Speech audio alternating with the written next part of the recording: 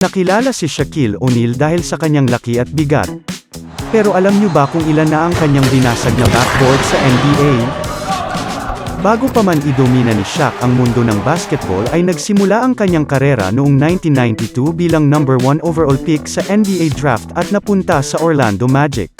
Sa kanyang halos 19 na taong karera sa NBA ay tumatak na rin ang kanyang pangalan sa pagbasag ng mga backboard at pagkasira ng mga rings sa NBA. Noong 1993, una niyang nabasag ang buong backboard structure noong rookie year niya. Naging dahilan ito para palitan ng NBA ang buong structure ng backboard. Ang kanyang kauna-unahang rim breakang dunk ay naging daan para makilala siya bilang Shaq Attack. Aabot sa halos 12 backboards na ang kanyang nasira sa kanyang career.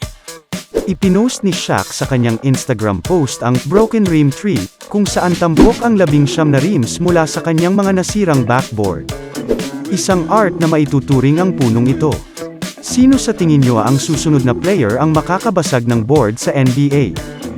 Posible pa kayang masira ang record ni Shaq? Comment down below.